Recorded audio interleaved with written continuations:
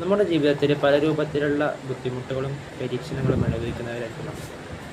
വളരെ മനസ്സിലാക്കേണ്ടത് ലാ യുകല്ലിഫുല്ലാഹു നഫ്സൻ ഇല്ലാ വസ്അഹ എന്നാണ്. ഏതൊരു മനുഷ്യനും താങ്ങാവുന്നത് മാത്രമേ പടച്ചോൻ തരികയുള്ളൂ.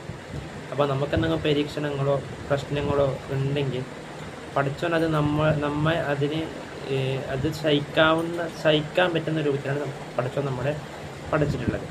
അതുപോലെ തന്നെ ഏറ്റവും അധികം മനസ്സിലാക്കേണ്ട കാര്യം, നമുക്ക് പടച്ചോൻ എന്തൊക്കെ തന്നിട്ടുണ്ടോ അത് നമുക്കിട്ട് യോജിച്ചതായിരിക്കും. നമുക്കതല്ലാതെ ഒന്ന് കിട്ടുകയാണെങ്കിൽ നമുക്ക് ചിലപ്പോൾ താങ്ങാവുന്നതിന് അപ്പുറമായിരിക്കും അതുണ്ടാവുക. അപ്പോൾ പടച്ചോൻ എന്താണ് നമുക്ക് തന്നത് അതാണ് നമുക്ക് ഏറ്റവും യോജിച്ചത്. അതുകൊണ്ട് അതിൽ എപ്പോഴും അനുഗ്രഹീതനായിരിക്കുക.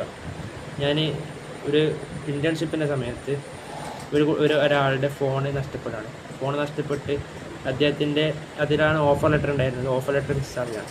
അപ്പോൾ അവസാന സമയത്താണ് അത് കൊടുക്കേണ്ടിയിരുന്നത്.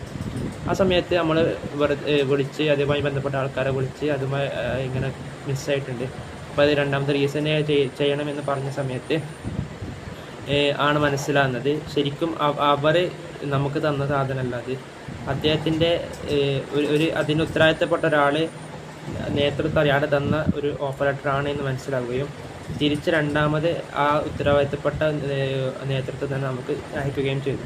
അപ്പോൾ അദ്ദേഹത്തിൻ്റെ ആ ഒരു മൊബൈൽ അല്ലെങ്കിൽ ബന്ധപ്പെട്ട കാര്യം നഷ്ടപ്പെട്ടില്ലായിരുന്നുവെങ്കിൽ നമ്മുടെ ഇൻറ്റേൺഷിപ്പുമായി ബന്ധപ്പെട്ട സാധനം വളരെ ബുദ്ധിമുട്ടിലും പ്രയാസത്തിലാകുമായിരുന്നു. അതാണ് പടച്ചോൻ കറക്റ്റ് ടൈമിലാണ് നമുക്ക് ആ സാധനം സെറ്റാക്കി തന്നിട്ടുള്ളത്.